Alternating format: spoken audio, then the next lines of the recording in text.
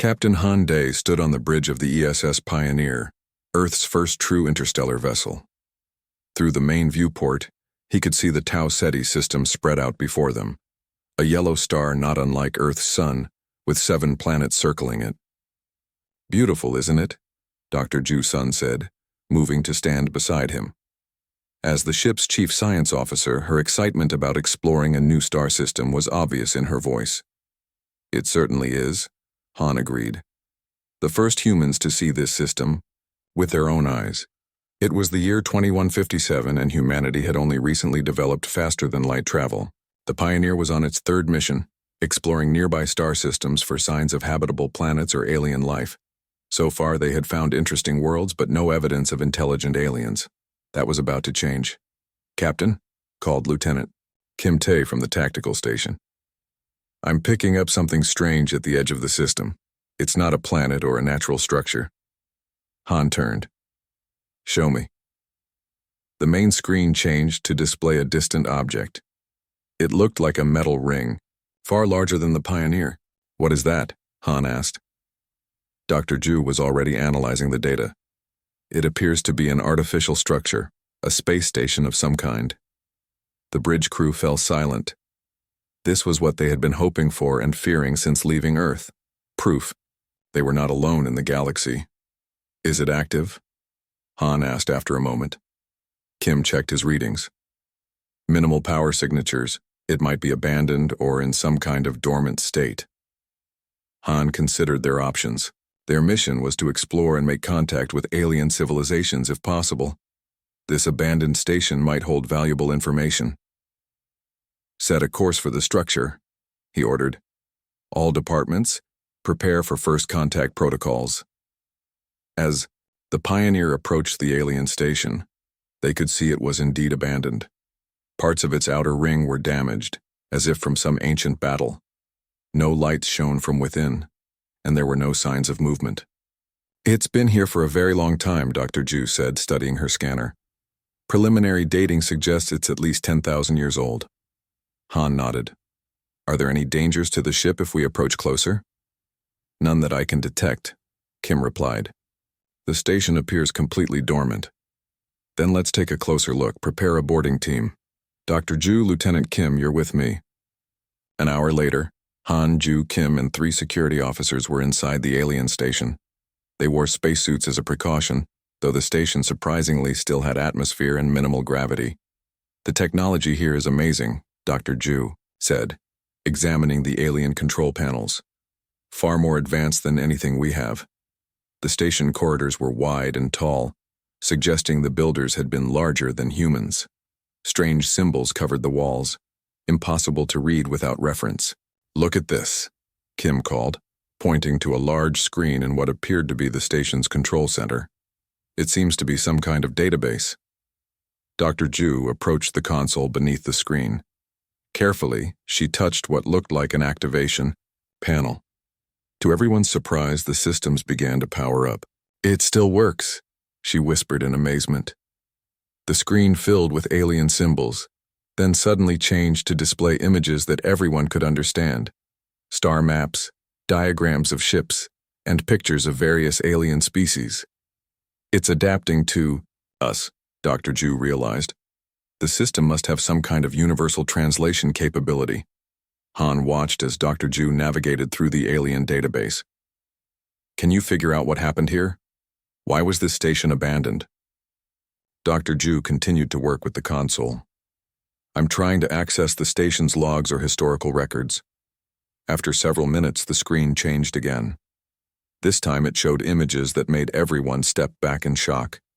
Creatures unlike anything they had seen before. Tall, slender beings with too many limbs and mouths filled with needle-like teeth. The images showed these creatures attacking other aliens, tearing into their bodies with terrible efficiency. "What are we looking at?" Han asked quietly. Dr. Ju read the translated text appearing alongside the images. "They're called the Void Eaters," she said, her voice tense. "According to this, they're predators that feed on the neural tissue of other sentient species." "Neural tissue?" Kim asked. "You mean brains?" "Yes," Dr. Ju continued reading. It says, they consume the knowledge and abilities of those they feed on, evolving with each new species they encounter. Han felt a chill run down his spine. Is this station related to these Void Eaters? Dr. Ju navigated deeper into the database. This was a monitoring station. It was built to watch for signs of Void Eater activity. The species that built it were called the Sentinels. They were trying to warn other civilizations about the danger. Where are these Void Eaters now? Han asked. According to the last entries, they went dormant centuries ago after consuming several major civilizations, Dr. Ju replied. The Sentinels believed they might awaken again someday if they detected new, unknown neural patterns. As if triggered by her words, a loud alarm suddenly blared throughout the station. Red lights began flashing and the screen filled with urgent warning symbols. What's happening? Han demanded. Kim was checking his scanner. The station's systems are activating, fully. It's sending out some kind of signal. Dr. Ju looked at the console in horror. When we accessed the database, the station scanned our neural patterns. It recognized us as a new species it hadn't encountered before. Are you saying it's alerting these Void Eaters about us? Han asked. I think so, Dr. Ju said grimly. The station was designed to warn of new civilizations, but if the Sentinels are gone, then the warning is going straight to the Predators. Han finished. We need to leave. Now. As they rushed back to their ship, Kim's scanner began picking up new signals. Captain, multiple objects just appeared at the edge of the system. They're moving toward the station at high speed. Han looked at the scanner readings and made a quick decision. Everyone back to the Pioneer. We need to return to Earth and warn them. They barely made it back to their ship before the first of the alien vessels arrived. The Pioneer's engines fired at maximum power, pushing them away from the station just as dark, organic-looking ships surrounded it. They're scanning the station, Kim reported. They'll know we were here. Can they track us back to Earth? Han asked. If they follow our engine signature, possibly, Kim admitted. Han looked at his crew, seeing the fear in their eyes. They had come searching for new life among the stars. Instead, they had awakened a nightmare. Set course for Earth, maximum speed, he ordered. We need to prepare our world for what's coming. As the Pioneer jumped to faster-than-light travel, Han knew that humanity's first contact with alien life had not gone as anyone had hoped. They had accidentally announced their presence to the galaxy's greatest predator. And now, Earth had to prepare for war against an enemy that had consumed entire civilizations. We'll be ready, Han said quietly, as stars streaked past the viewports. They may have hunted others before, but they've never met humans. Ambassador Li Min stood at the viewport of the transport ship, watching as the massive structure of the Galactic Council hub grew larger. The space station was unlike anything humans had ever built, a spinning wheel of metal and crystal that housed representatives from hundreds of alien species. It's bigger than I imagined, she said quietly. Behind her, Bak Jun nodded. As Earth's intelligence officer, he had studied all available data about the alien races they might meet. The station houses over 300 different species, Ambassador. Some of them have been part of the Council for thousands of years. Lee straightened her uniform jacket. After the ESS Pioneer's discovery and narrow escape from the abandoned station, Earth had received a formal summons from the Galactic Council. No one knew exactly what would happen, but the message had not sounded friendly. Remember, she told her small team, we know almost nothing about these aliens or their politics. Say little. Watch everything. The transport docked with a gentle bump. When the doors opened, they were met by two tall aliens with blue skin and 4 arms. Humans, one of them said through a translator device. The council is waiting. They were led through wide hallways filled with aliens of all shapes and sizes. Some looked almost human. Others were so strange that Lee couldn't tell which parts were heads and which were bodies. Many aliens moved away when they saw the humans coming. They're afraid of us, Bak whispered to Lee. But why? The council chamber was enormous. A circular room with hundreds of raised platforms where alien representatives sat or stood according to their needs. In the center was an empty speaking area where Lee and her team were directed to stand. A loud voice announced, The human delegation from planet Earth may now address the Council. Lee stepped forward. Honored representatives of the Galactic Council, I am Ambassador Lee Min of Earth. We come in peace and wish to establish friendly relations with all species. A tall, thin alien with gray skin stood. The humans have disturbed a quarantine zone. They have awakened that which should remain sleeping. This is not a matter of establishing relations. This is a matter of survival. Murmurs spread through the chamber. We don't understand, Lee said. The ESS Pioneer found an abandoned station. We were exploring peacefully. Another alien, this one covered in what looked like green feathers, rose. That station was a monitoring post. It was watching for signs of the Void Eaters. By activating the systems, you have sent a signal. They know there is new life to consume now. Void Eaters? Lee asked. We found mention of them in the station data, but we don't know what they are. The room grew quiet. Then an older alien with scales and a long tail approached the center of the chamber. Unlike the others, this one moved closer to the humans, rather than away. I am Elder Kular of the Zithian people, the reptilian alien said. The Void Eaters are the oldest predator species known to the galaxy. They consume the neural tissue of sentient beings. Each time they feed, they evolve, taking the knowledge and abilities of those they consume. Bak Jun stepped forward. Why would they be interested in humans specifically?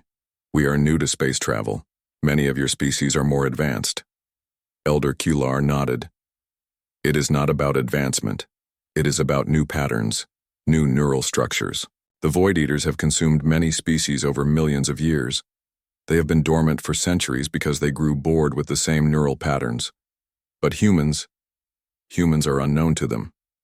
The gray alien spoke again. The Pioneer, crew managed to escape, but the damage is done. The monitoring station recorded your ship's return trajectory. The Void Eaters will follow it to your homeworld. Lee felt cold fear run down her spine. Then help us defend Earth. Together we can fight them. Laughter echoed through the chamber. Not kind laughter. Fight the Void Eaters? The green-feathered alien said. No one fights the Void Eaters. Species hide from them. That is how we have survived. For hours, the Council debated what to do about Earth and the awakened threat. Lee and her team listened in growing horror as they learned more about the Void Eaters, how they had destroyed entire civilizations, how they adapted to any weapon used against them, how they seemed almost impossible to kill. During a break-in, the proceedings, Elder Kular approached Lee in a quiet corridor. Ambassador, there is something you should know, the reptilian said, looking around to make sure they weren't overheard. My people have studied the Void Eaters for generations. We have a theory that humans might be different. Different how? Your neural structure. It is unlike anything we have seen before. There are patterns in human brains that might be difficult for the Void Eaters to process. Lee leaned closer. Are you saying we might have a defense against them? I am saying you might have more than a defense. You might have a weapon. But I need samples, brain scans. My scientists could study them. I can arrange that, Lee said. But why help us when the rest of the Council seems ready to abandon Earth? Kular's eyes narrowed. Because my people remember what it was like before we hid. We remember fighting. The rest of the galaxy has chosen fear for too long. When the Council reconvened, the decision was swift and brutal. The Galactic Council hereby resolves to establish a containment zone around the Sol system, announced the head council member. No ships will be permitted to enter or leave. Earth will be sacrificed to satisfy the Void Eaters' hunger. With luck, they will return to dormancy after consuming this new species. Lee stood in shock. You're condemning 10 billion people to death. To save trillions more, the council head replied coldly. Guards, the human delegation will be detained until arrangements can be made for their permanent residence here. They cannot be allowed to warn Earth. As guards approached, Elder Kular suddenly moved. The reptilian alien knocked over equipment, creating confusion. Run! Kular hissed at Lee. My ship is in docking bay 12. The access code is 72394. Go now. Bak Jun pulled out a small device and tossed it to the floor. Smoke filled the chamber. In the chaos, Lee and her team slipped away, running through the corridors of the massive station. "We have to warn Earth," Lee said as they raced toward the docking bay. "If we can get to Kular's ship." Alarms blared throughout the station. Announcements in multiple languages warned of escaping humans. When they reached Docking Bay 12, they found a sleek vessel waiting. Lee punched in the access code and the ship's door opened. "Do you know how to fly this?" one of her team members asked. Bakjun slid into the pilot's seat. "I can figure it out. These controls are similar to the simulation models I studied." As the bay doors began to close, backfired the engines. The ship shot forward, barely squeezing through the narrowing gap into open space. "Set course for Earth," Lee ordered. "Maximum speed. We have to get there before the Void Eaters." As the, alien ship accelerated away from the Galactic Council hub, Lee looked at the stars ahead. Somewhere out there, an ancient horror was heading toward her homeworld. And only she knew what was coming. "They think humans will be easy prey," she said. "Quietly, they don't know us very well." General Park G stood in the Earth Defense Force Command Center, watching as red dots appeared at the edge of the solar system display. "How many?" she asked. "Over 300 ships, General," replied her second-in-command. "They're bigger than anything we've ever built." It had been only 2 weeks since Ambassador Lee returned with her warning about the Void Eaters. 2 weeks of desperate preparation. Earth had united in a way never seen before, with every nation contributing to the defense. But would it be enough? "Send out the alert," General Park ordered. "All defense platforms to battle stations. Civilian shelters are now active." Across the planet, sirens wailed. People rushed to underground bunkers built in record time. Soldiers moved to their positions.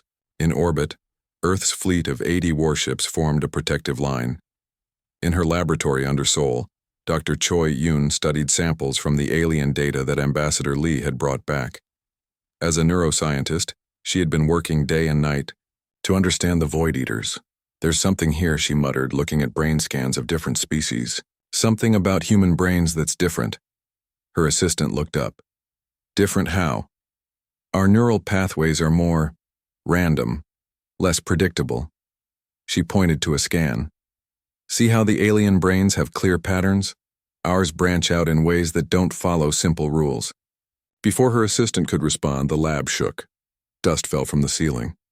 "They're here," Dr. Choi said, grabbing her data tablet. "We need to get this to General Park."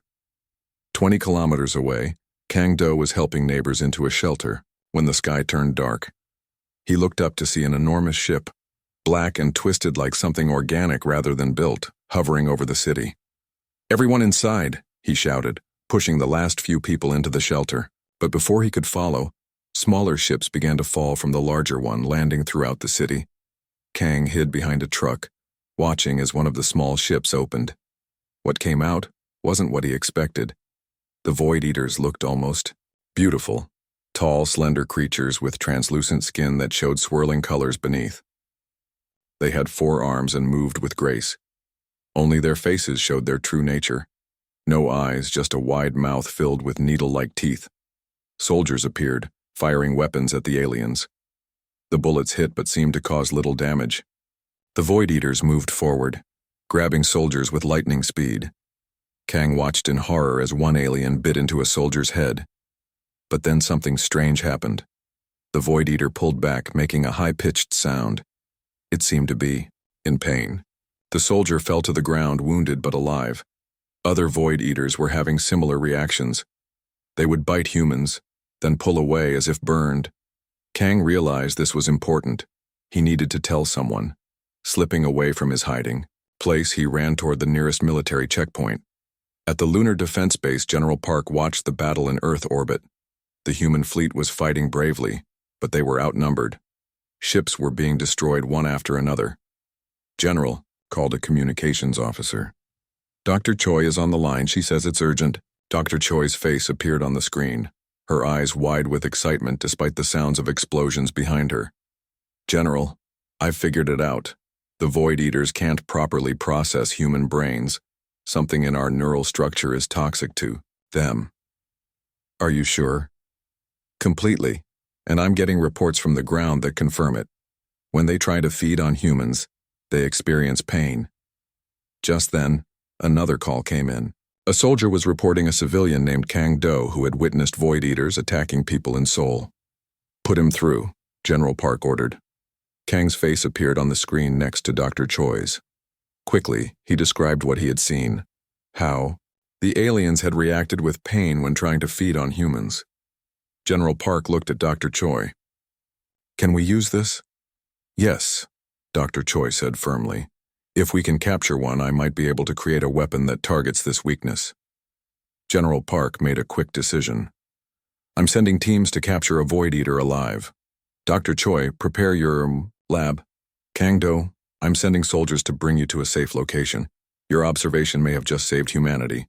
Over the next 3 days, the battle raged across the solar system and on Earth. The Void Eaters were strong and nearly impossible to kill, but they were also cautious after discovering that humans weren't easy prey. Special Forces teams managed to capture a Void Eater and bring it to Dr. Choi's lab. Under heavy guard, she studied the creature, focusing on how it reacted to human neural tissue. It's remarkable, she told General Park during a video call. Their entire biology is built around consuming and processing neural tissue from other species. But human brains produce a unique neurotransmitter that acts like poison to them. Can we use this to fight them? I think so. I'm developing a compound that concentrates this neurotransmitter. If we can deliver it to their ships, it might act like a nerve agent to them. General Park nodded. How soon? 24 hours, maybe less. Make it 12, General Park said grimly. We're losing ground. Across Earth, the Void Eaters were establishing footholds. They seemed to be building structures, preparing for a long-term invasion. But they were also adapting, learning to process human neural tissue in small amounts without pain. At a forward command post near the front lines, General Park watched the latest battle reports. The news wasn't good. More Void Eater ships were arriving daily. Earth's defenses were being worn down. General, a young officer said, entering the room. Dr. Choi is here. Dr. Choi walked in, carrying a metal case. It's ready, she said, opening the case to reveal hundreds of small dart-like objects. Neural toxin bombs. Each one contains concentrated human neurotransmitters that are poisonous to the Void Eaters. How do we deliver them? The best way would be to get them inside the main ships. They have a neural network that connects all Void Eaters.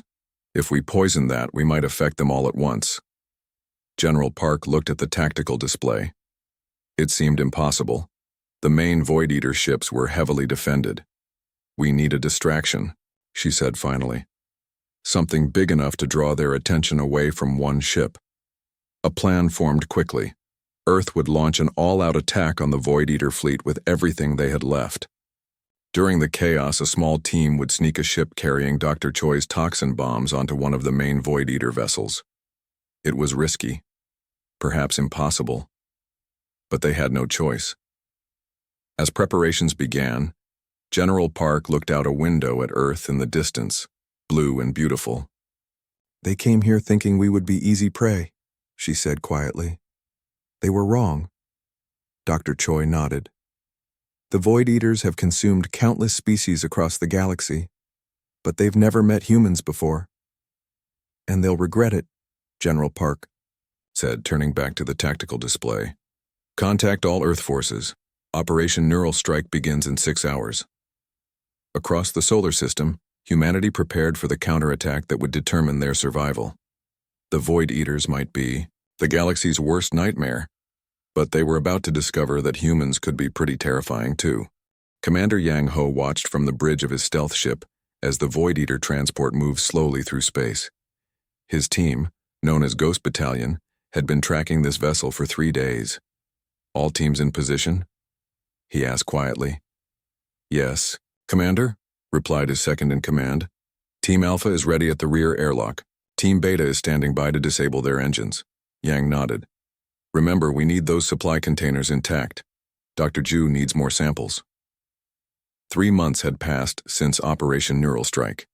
The plan had worked better than anyone hoped. The neural toxin bombs had been successfully planted on one of the main Void Eater ships, causing widespread confusion among the enemy forces.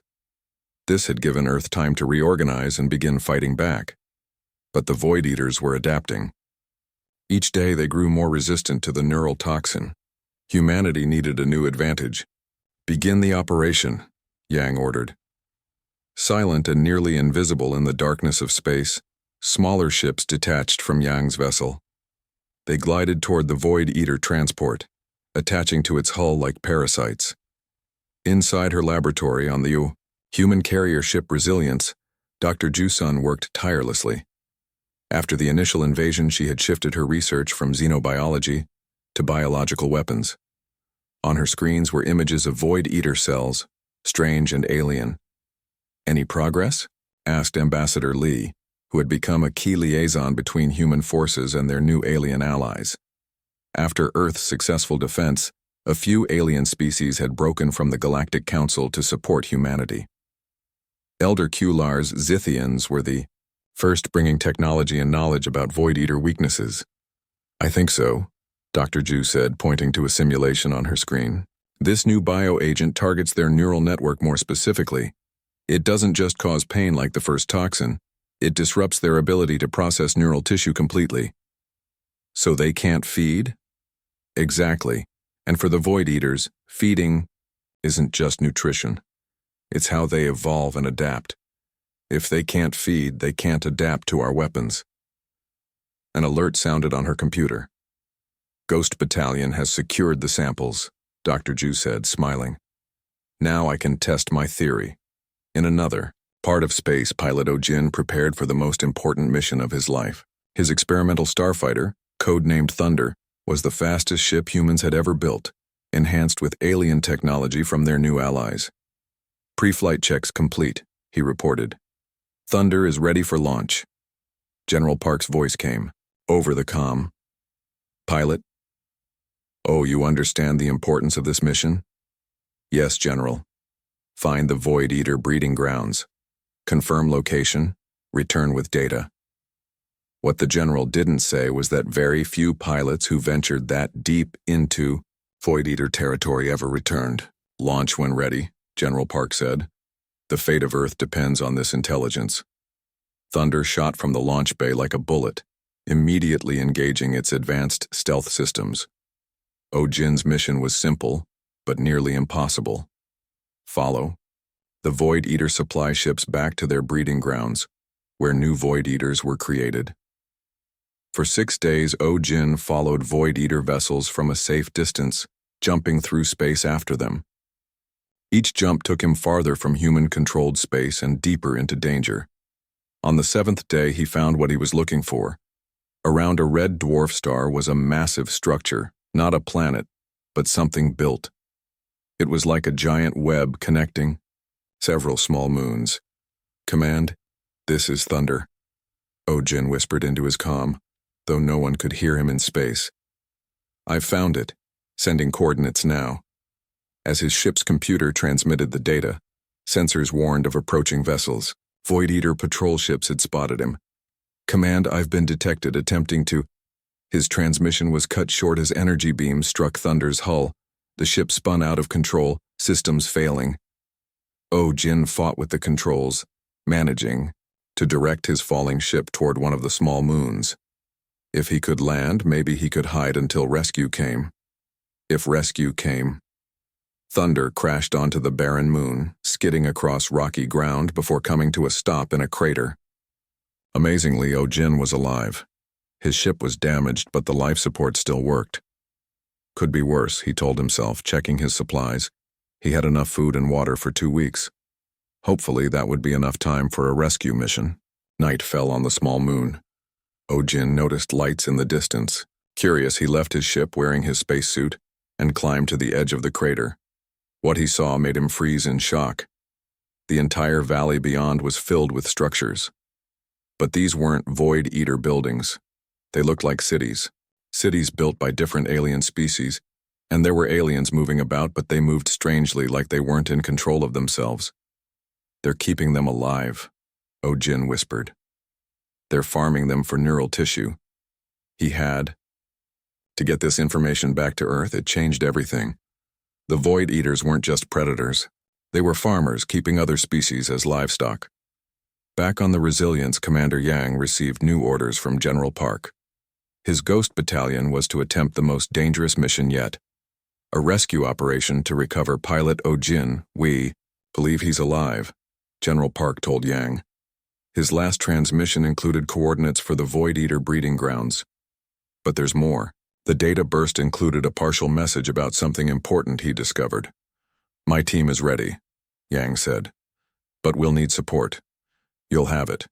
Ambassador Lee has convinced the Zithians to provide a diversion, and Dr. Ju has completed her new bioagent. Your mission will deliver both Oh-Jin's intelligence and Dr. Ju's weapon." 2 days later, Ghost Battalion approached the Void Eater territory in ships modified with Zithian technology. At the same time, a Zithian fleet attacked a Void Eater outpost in another system, drawing away enemy forces.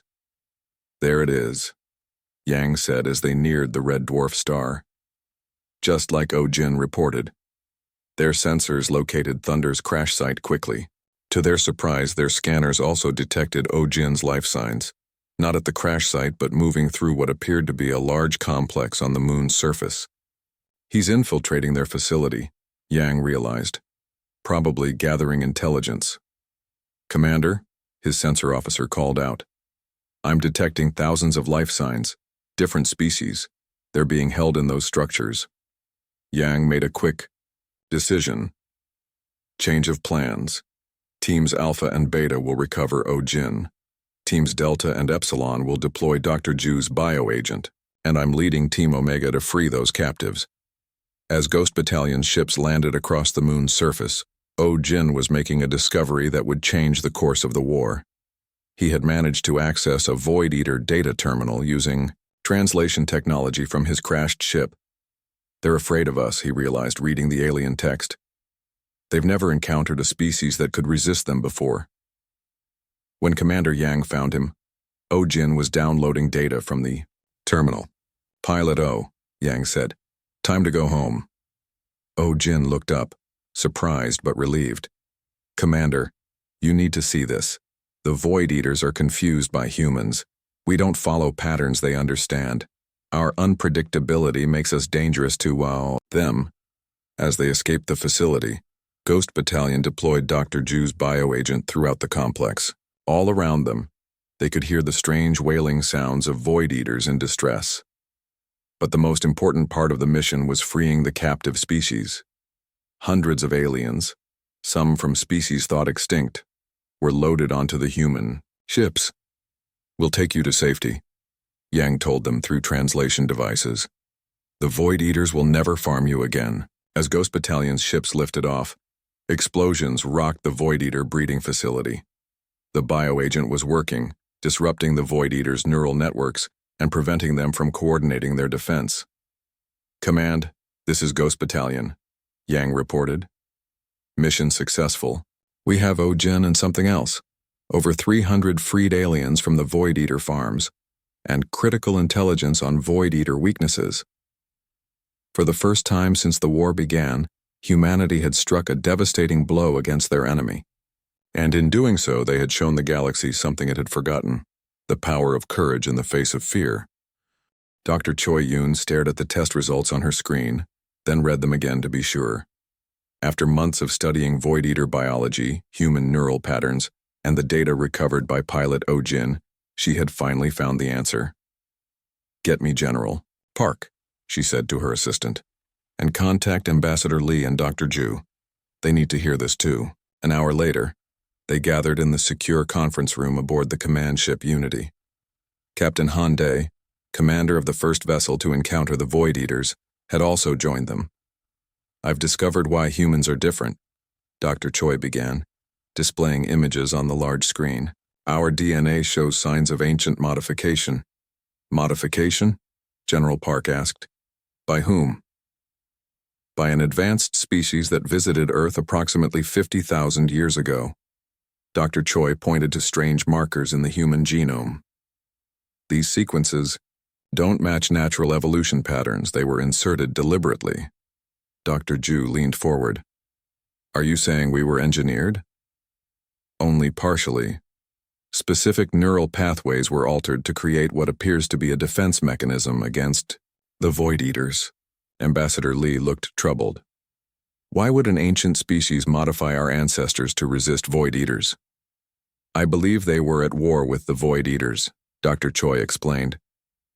The data O-Jin recovered mentioned an ancient enemy that disappeared suddenly. I think they created us as a weapon they never got to use. Captain Han spoke for the first time. So we're someone else's unfinished project? No, Dr. Choi said firmly. We're their legacy. They lost their war, but they gave us the tools to win ours. General Park stood up.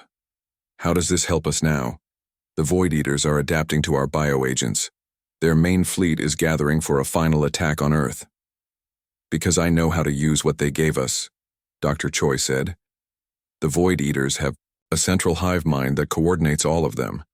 If we can poison that hive mind with human neural patterns, we can destroy them all at once. The room was silent as everyone considered this. You mean a direct neural connection? Dr. Ju asked finally. Between a human and the hive mind? Dr. Choi nodded. One human volunteer carrying a specially designed neural virus. The virus will use human neural patterns to poison the entire Void Eater network. It would be a suicide mission, General Park said quietly. Yes, Dr. Choi admitted.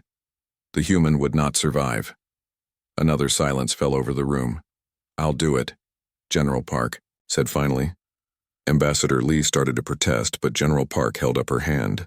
I've led our forces from the beginning. I should be the one to end this. The plan came together quickly. Earth and its alien allies would launch a massive attack on the Void Eater homeworld, which O-Jin had located using data from the breeding facility. The attack would be a distraction, while a small team landed on the surface to find the hive mind and deploy General Park with the neural virus. Captain Han would lead the space battle, while Commander Yang's Ghost Battalion would escort General Park to the surface. Dr. Ju and Dr. Choi worked together to create the neural virus and the interface that would connect General Park to the hive mind. Ambassador Lee traveled between allied ships, coordinating the diverse alien species who had joined humanity's cause. The freed captives from the Void Eater farms had spread the word about human courage, inspiring others to fight back after centuries of hiding. The day of the attack came. The largest fleet ever assembled in the galaxy, led by human ships, but including vessels from a dozen alien species, jumped into the system containing the Void Eater homeworld. The planet below wasn't a natural world. It was a massive construct, part mechanical and part organic, built over millions of years as the Void Eaters evolved and consumed countless species. The battle in space was fierce. Void Eater ships swarmed from the planet's surface, attacking the Allied fleet. Captain Han directed the human ships with calm precision, creating openings for Commander Yang's team to slip through. Good hunting, Han said as Yang's ship disappeared into the planet's atmosphere. On the surface, Ghost Battalion fought their way through strange, twisted corridors. The inside of the Void Eater world was like being inside a giant organism, with walls that seemed alive and floors that pulsed beneath their feet. The hive mind should be at the center, Dr. Choi said, checking her scanner. We're getting close. They entered a vast chamber. In the middle was a structure like a massive brain, glowing with unnatural light. Tubes and cables connected it to the walls and ceiling. That's it, Dr. Choi whispered. The Void Eater hive mind. As they approached, Void Eaters appeared from all sides, moving to protect their central consciousness. Ghost Battalion formed a defensive circle, firing their weapons. Get me to the hive mind, General Park ordered. I'll handle the rest. Commander Yang led the charge, clearing a path through the Void Eaters. Dr. Choi followed closely behind General Park, carrying the neural interface device. When they reached the hive mind, Dr. Choi quickly set up the equipment. Once I activate this, you'll have about 30 seconds before the connection is complete, she told General Park. After that, the virus will begin spreading through their network. General Park nodded, then turned to Yang. Get everyone out. As soon as I'm connected, the Void Eaters will know what we're doing and throw everything they have at stopping us. It's been an honor, General, Yang said, saluting. The honor was mine, General Park replied. Now go save our species.